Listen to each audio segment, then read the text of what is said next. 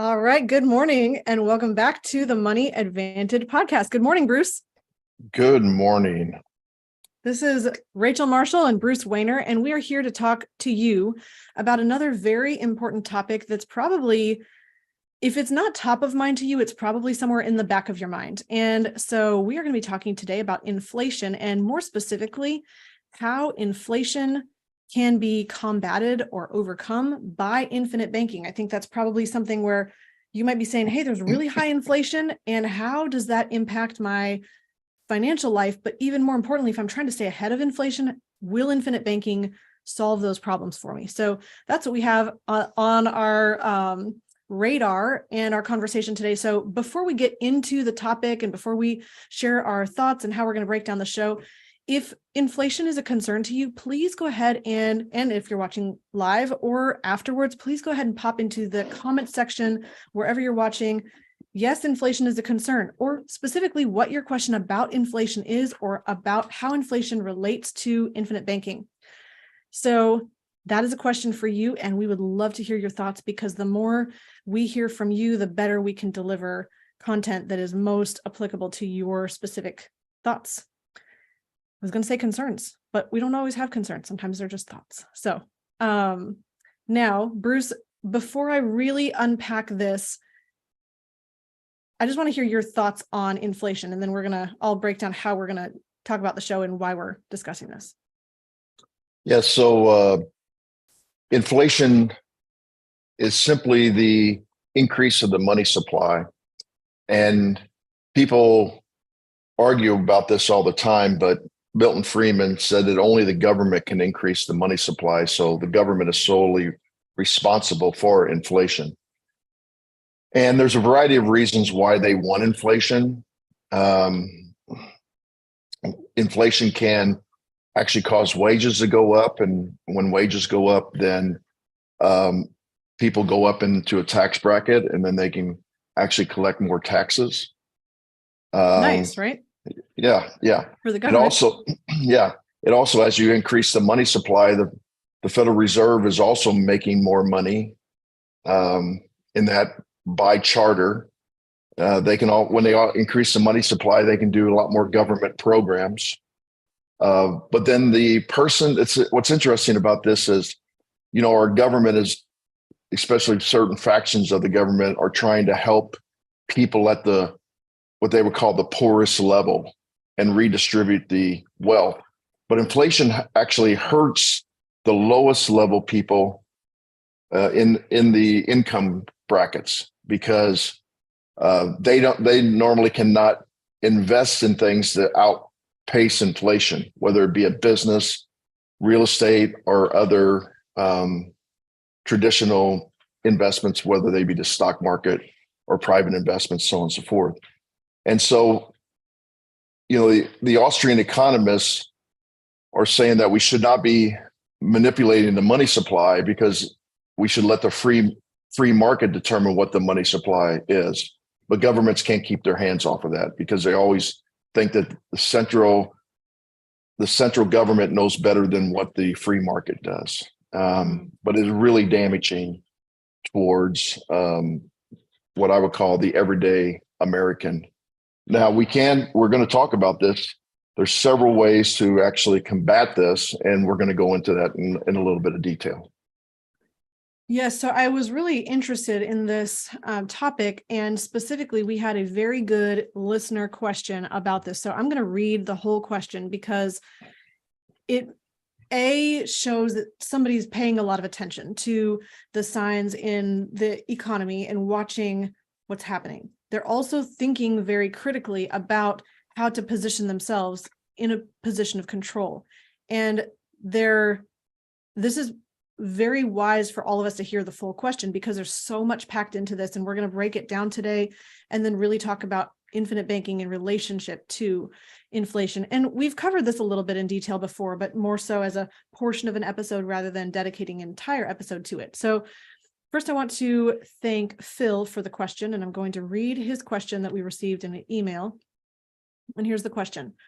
Hello, Rachel. Thanks for the content. I'm of the belief that inflation is not transitory. I'm 44 years old and remember when a candy bar was 50 cents. I think we can all relate to candy bars being far less than they are now. I'm a student of the Austrian School of Economics and only think that inflation will be exponentially worse as the US monetary policy continues to stay the same, increasing the money supply, as that is their only option unless politicians want to be responsible, which we know they won't be. That's being a realist here. A method that has worked in the inflationary environment since 1971, when gold was dropped completely, is to borrow money and pay it back in cheaper dollars. Think 30-year mortgage on a house.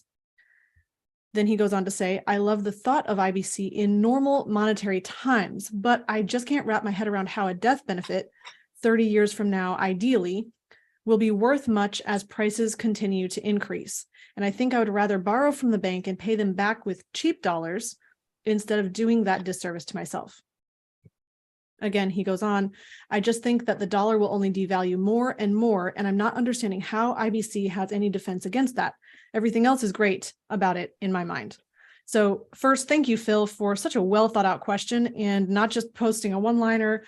That was a very, very well thought out, intellectually reasoned, disciplined question. I can see that you are wanting to take control of your financial life. And so we thought this would be a fabulous question to be able to answer in a public forum, because this is probably on the top of many people's minds, not just yours. Yeah. And so there's many conceptual things we can unwrap here. Let's start with Nelson Nash also being an Austrian. He studied Austrian economics. He was actually he received an award from FEE, and which is the financial education of economics, I believe, is what that stands for. And so he was really into monetary policy, and so I agree 100% with what Phil's saying about, a mortgage. And I actually used to quote this all the time, is $1,000 mortgage payment today at normal 3% inflation would only have the buying power of $417 30 years from today. Bruce, I did the same calculation, except I doubled to a $2,000 mortgage, and mine, 30 years from now, 823. I think the math is exactly the same. It shrinks way less than half. Yes. And so when you start looking at it from your own personal view like that, you're like, that makes perfect sense. And I want to remind people that Nelson had 5 tenets of IBC. The first one was, don't be afraid to capitalize. The second one was think long term. The third one was, I should say, don't steal the peas. In other words, pay back policy loans. The fourth one is what we're talking about today, is don't do business with banks. And the fifth one is rethink your thinking. And the don't do business with banks is the one that Phil's talking about. And I want to remind listeners, Nelson didn't get the banks out of his life until he was age 67. So it's not like this is something that you have to think about immediately. But one of the reasons that Nelson says don't do business with banks is the same reason that the money supply is multiplied. So banks multiply the money supply by fractional reserve banking. So they only have to have 10% of money in the bank, and they can loan out 90%. So they're actually increasing the money supply too. I agree 100% with Phil that that inflation is not going to be transitory. I don't think it's going to be as high as what it is now, whether it's the real inflation numbers or the numbers that the government puts out. They will come down because they are doing things to make sure they come down. And one is raising interest rates. Now, ironically, because I shouldn't say, I don't think it's ironic, interestingly enough, because life insurance policies are interest rate driven, both with the guaranteed interest rate and the dividend being determined by mostly the portfolio return of bonds, both treasury and corporate bonds. that are interest rate sensitive. So as you increase the interest to try to combat inflation, historically, dividend rates have gone up. So because interest rates go up, the bond rates go up, the return on the portfolio goes up. So the dividend goes up because the portfolio return has gone up. Mm-hmm. So that's the first thing that could, and I'm not saying it's going to offset it completely. Nobody has a crystal ball as far as that goes. But the other interesting thing is if you start a policy now, and this happens in the next few years, you're actually going to have that compounding on the dividends happen for the rest of the contract. And that is a real powerful thing to think about. So that is the first thing to think, that the way that the infinite banking concept can overcome. Now, he also made comments, I believe, about the death benefits in today's dollars and in future dollars. I agree with that too. I actually have this conversation with clients all the time. However, when you take into consideration that dividends in a Nelson Nash specially designed life insurance contract also buys more paid up additional insurance, the illustrated death benefit will also be increasing more as dividend rates go up. Once again, I don't have a crystal ball. I don't know if it's going to offset 100% of what inflation is, but it is a way to offset inflation. And then finally, if you just look on the way that the leveraging of your money works in a permanent life insurance contract, where I just pulled one up, Rachel, and this particular 48-year-old that has a premium of $50,000, if he were to die the next day, his family would get $720,000. So that is leveraged up about about 13, 14 times, 14, a little over 14 times. So that's going to offset inflation. Now, as we go further into the contract, the numbers get better. So, I'm sorry, the death benefit gets higher, but the rate of return on the death benefit is not as great, but still it's tax-free money too. So after 10 years, he would have put in a total premium of $1 million, and the death benefit would be about $1.5 million. So can we say that IRR is offsetting inflation? Once again, we don't have a crystal ball. However, it is tax-free money on the increase. So if you have something that you're putting money into that is taxable to try to offset inflation, you have to take in consideration the taxes you pay on that.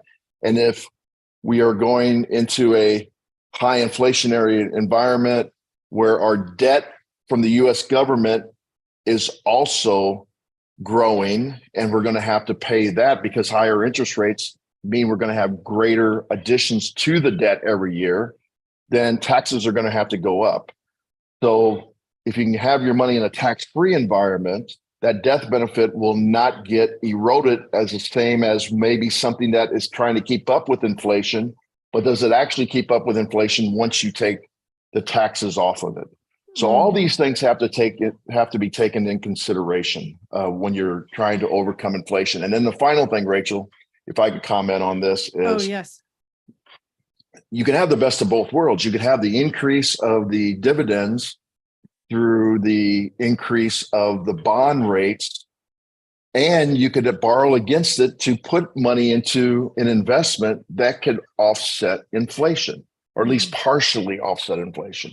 So I don't think either are mutually exclusive. I think Phil brings in some really, really good points. And I tell people all the time, if you don't want to pay your mortgage off, don't pay your mortgage off. I mean, it does violate one of the tenets that Nelson said, don't do business with banks, because he's thinking they're part of the inflationary problem, and they're part of the boom and bust cycle. part of the reason that we're in this boom and bust cycle that the Austrians talk about all the time is we manipulated the interest rates so low below the normal free market for such a long time, 12 years, that now we're paying the piper. There's no such thing as being able to do things, manipulate things without consequences. Mm-hmm. So we had a boom cycle. Now we're going to go through a bust cycle. And that was caused by the manipulation of the money supply. Bruce, there's so much packed into this and so many places we could go. I love how that was a very wonderfully packed essay on the whole subject that covered all the bases. It really did. And I want to share a few additional things, but I think I actually did some math on a policy that I have in place on myself, just because I wanted to see what the leveraging looked like compared to inflation. And again, we could say, well, what is exactly inflation? You can look at the Bureau of Labor Statistics. You can look at, you can look at the official numbers. You can say, well, are we looking at inflation on the rolling calendar year basis? Are we looking at the average inflation over the year? Those are going to be different numbers.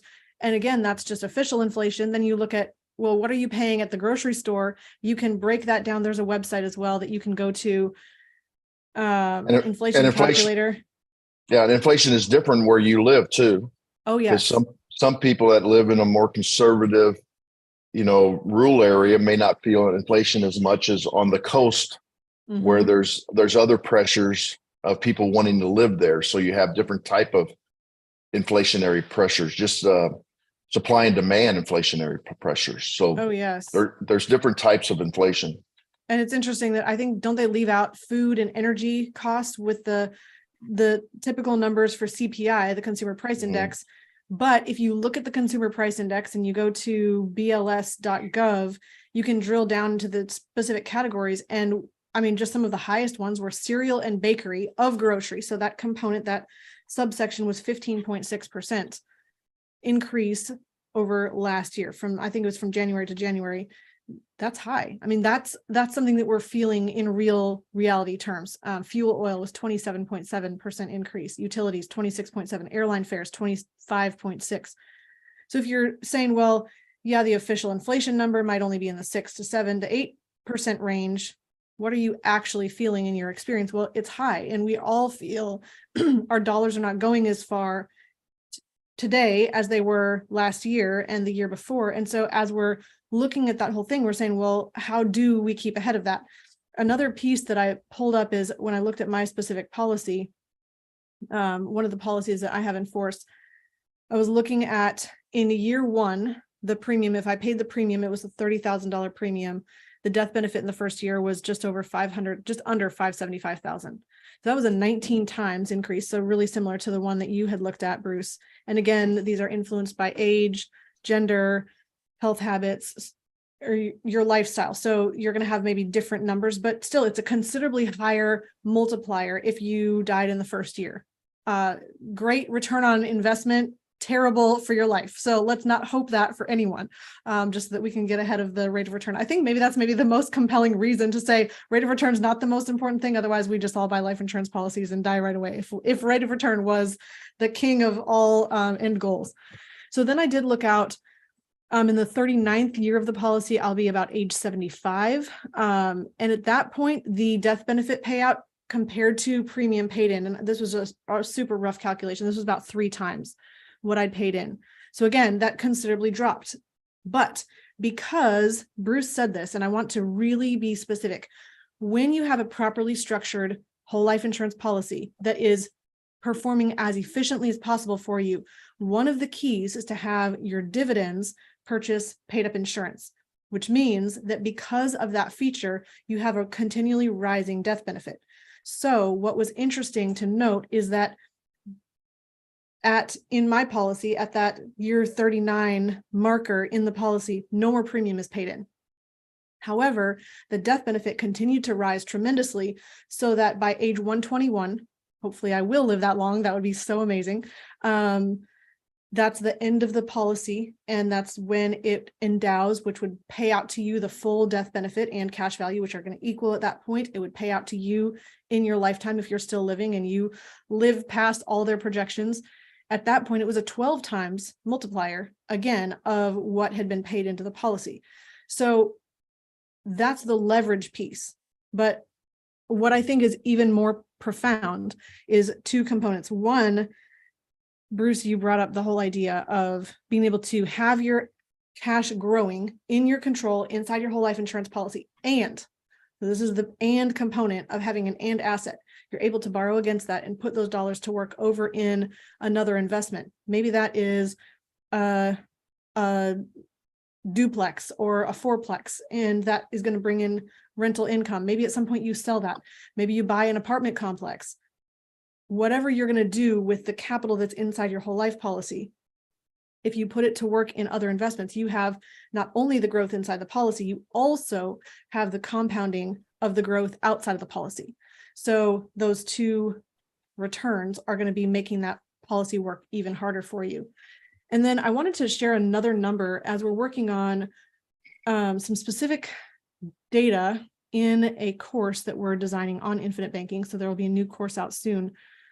One of the numbers that we looked at is long-term compound growth. And what's really interesting is that most people don't ever experience the long-term compounding growth because we usually save up money and then we take it out of the account, wherever it is, savings, a CD, a money market, a mutual fund. We put the money in, somehow we take it out. We put the money in, we take it out. And so we interrupt the compounding, and we're in a position where we don't experience that long-term uninterrupted compound growth. But inside of a life insurance policy, you do get to have uninterrupted compounding.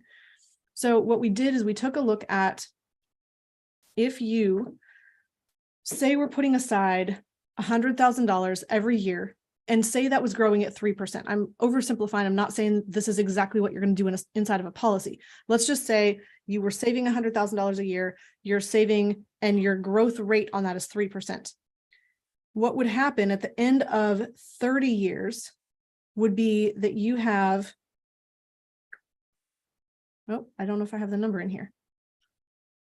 I don't have that number, but I do have, oh, you would have considerably more money at the end of that compounding curve than what you put in. And it's not just the amount that you saved, it is higher and higher and higher. That's going to continue to ratchet up in a hockey stick curve that's much more powerful at the end of the curve. And if you were able to hold that money even longer, so say you were able to hold it not just 30 years, but you were able to compound that money over 100 years, you're going to have a tremendously higher benefit at the end of that money. So the power of having money in your control is exponential and astronomical. And that's the real benefit of using infinite banking, is that money is now in your control. You have access to be able to use it. You can guarantee it's not going to drop in dollar value. Now it might have, if you're comparing that against inflation, yes, it might have lost some purchasing power, but it's not going to drop in dollar value. So make sure I'm not miscommunicating here. You're going to know what the dollar value in that cash value account is. And you have the ability to know that you have that guarantee. And that's powerful in your financial life. Yeah. So it really comes down to mindset, which I think IBC comes down to more mindset than anything. So what can you control? Do you control what the government does? No, you can control maybe a little bit by voting a certain way. Can you control what monetary policy is?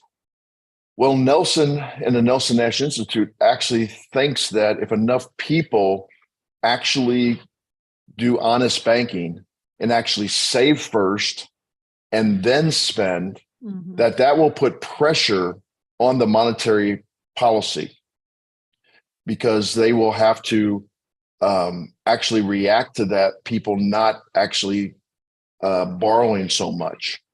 And if you don't borrow a lot from a commercial bank, then you are not increasing the money supply. So you are actually helping in the area of inflation. Plus you're helping yourself too, because you're taking the banking process into your own hands. You are recovering some of the financing that you normally do without losing the opportunity cost of the compounding of your money. So this is why Nelson was so adamant about not doing business with banks, because he felt like they were part of the problem in a variety of ways. And one was actually also causing, having some cause of inflation, not total cause of inflation, but having some cause of inflation. So all in all, Phil, great question. I think that in light of the whole situation, having control and having something that is the best place to store capital that is not at risk is very valuable. You could say, and I don't think you're saying this, Phil, you could say, why save at all? Because any savings is not going to keep up with inflation.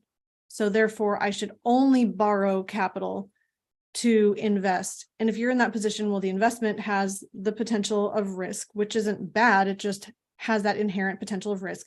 And if you're borrowing, then you're paying interest back to the banking system.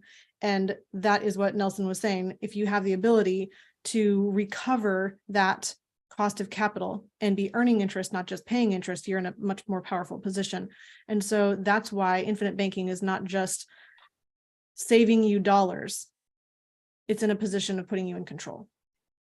Yeah, and if you pick up Dr. Bob Murphy and Carlos Solaro's book, How Privatized Banking Really Works, they actually explain all this. And it's not just the fact that a bank can actually have 10% reserves and then multiply that by 90%. Think about this. Then whomever's doing that, let's say they borrow money from a bank and they go use it to purchase a home, especially in a rebuild situation, but even purchasing a home, because you're going to have other purchases then. But in a rebuild situation, what you're now doing is paying the contractors for building your home. Those contractors take that money, and what do they do with it? That same money, original money, they take and they put it in their bank. Now their bank only has to do 10% fractional reserve banking. So now we're multiplying it by even more. And then the contractor is going to use that to pay his employees. His or her employees, takes that money and puts it in their bank. And they get to then multiply it again. So it's just not a 10% fractional reserve banking for one. You then increase the money supply as it goes from one bank to the next bank to the next bank. And this was spelled out by Carlos and Bob in their book, How Privatized Banking Really Works.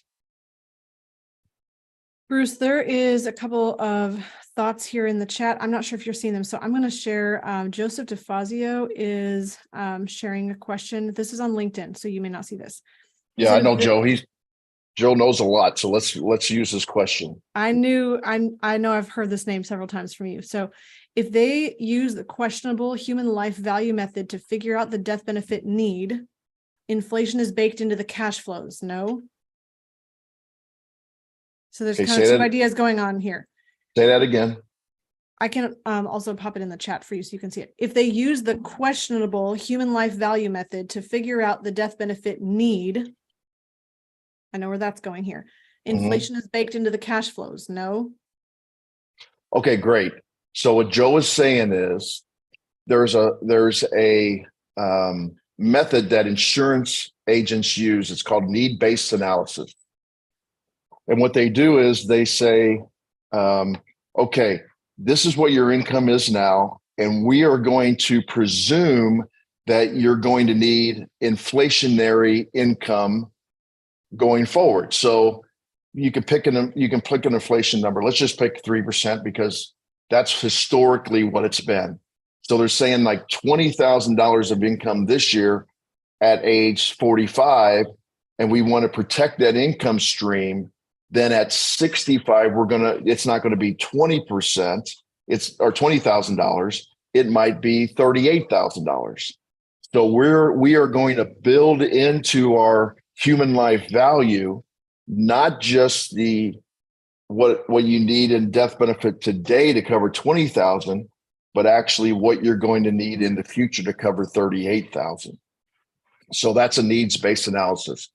We use that to some extent, But I always say I'd rather have analysis done on what you want to happen, not what you need to happen. And so what you want to happen, most people want greater death benefit. Now, as Joe's pointed out, human life value is the most you can get.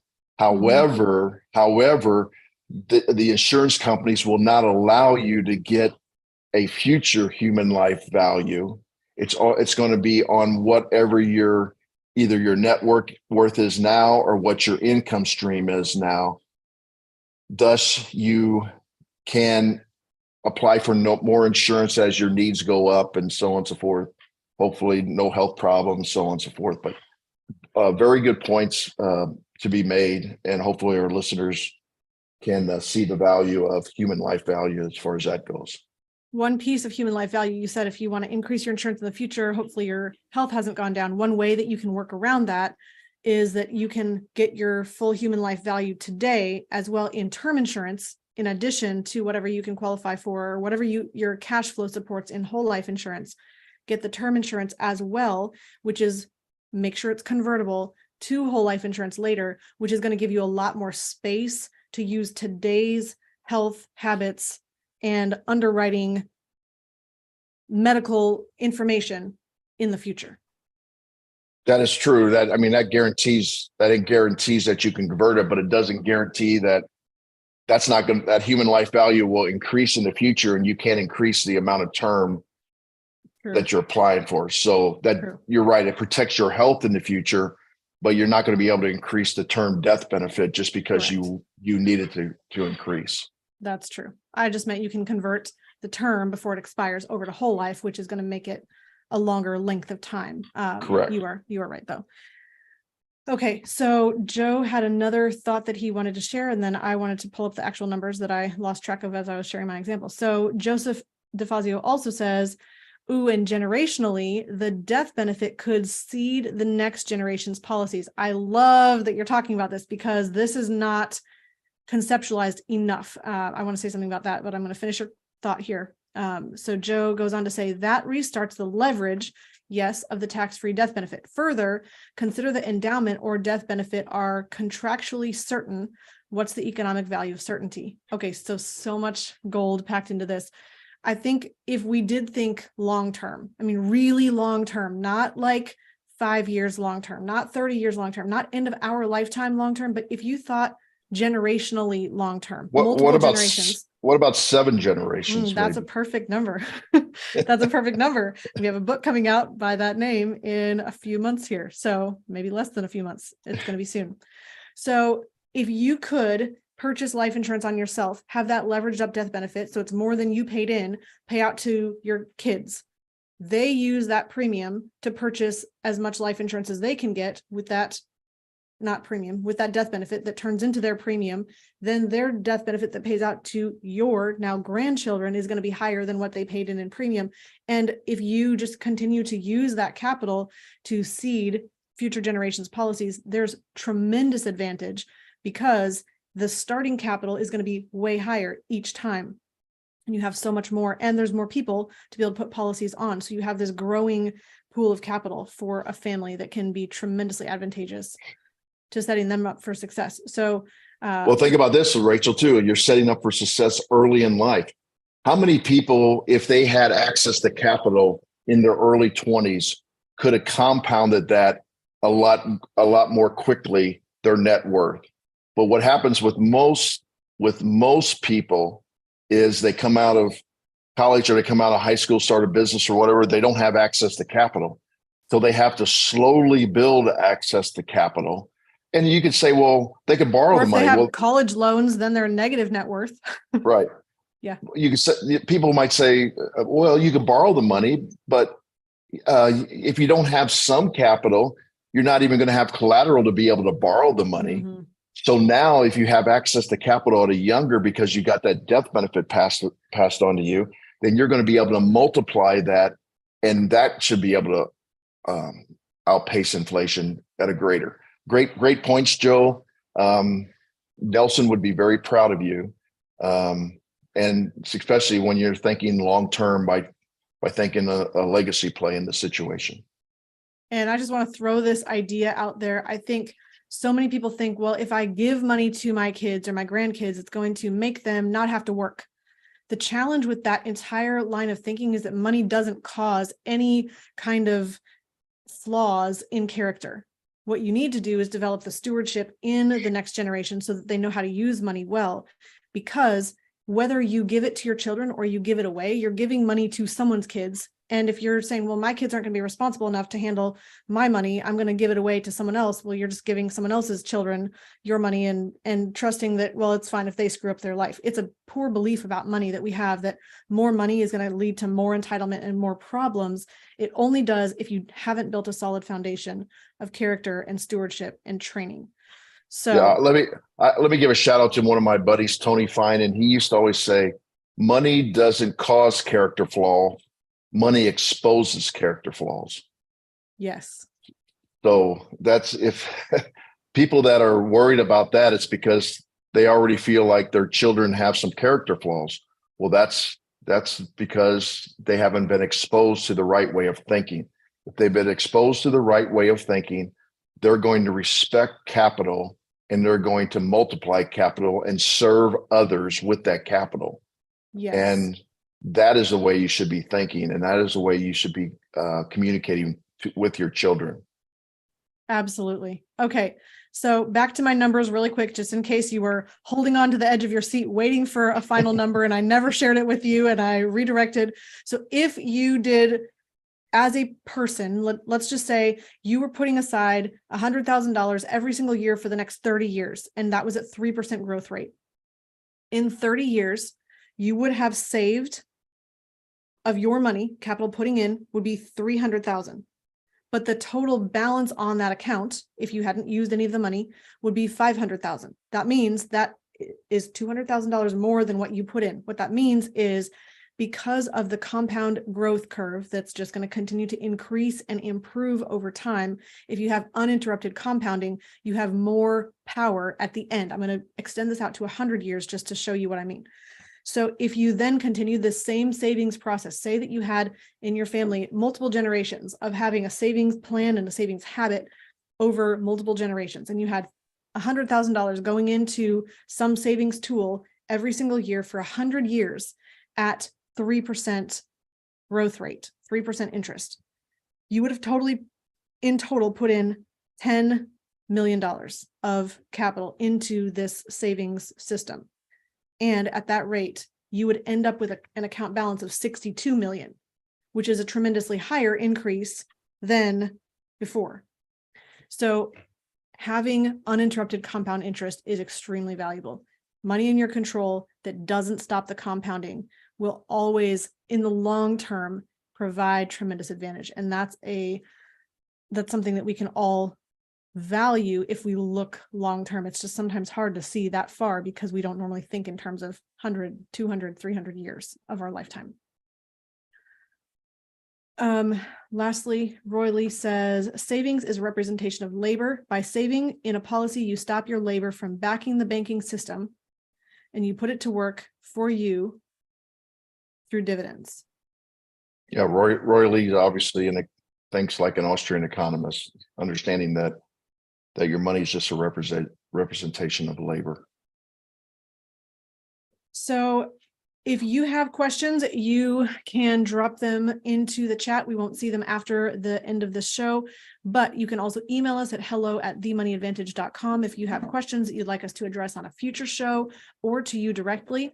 If you are in a position of saying, this really piqued my interest and it helped me to overcome something that was a mental block or a hurdle that I had in the way of thinking about infinite banking, and you would like to move forward personally, you can do that by going over to themoneyadvantage.com and booking a call with one of our advisors to really start that process of looking at your financial life and assessing what the best strategy is for you moving forward to optimize your financial life.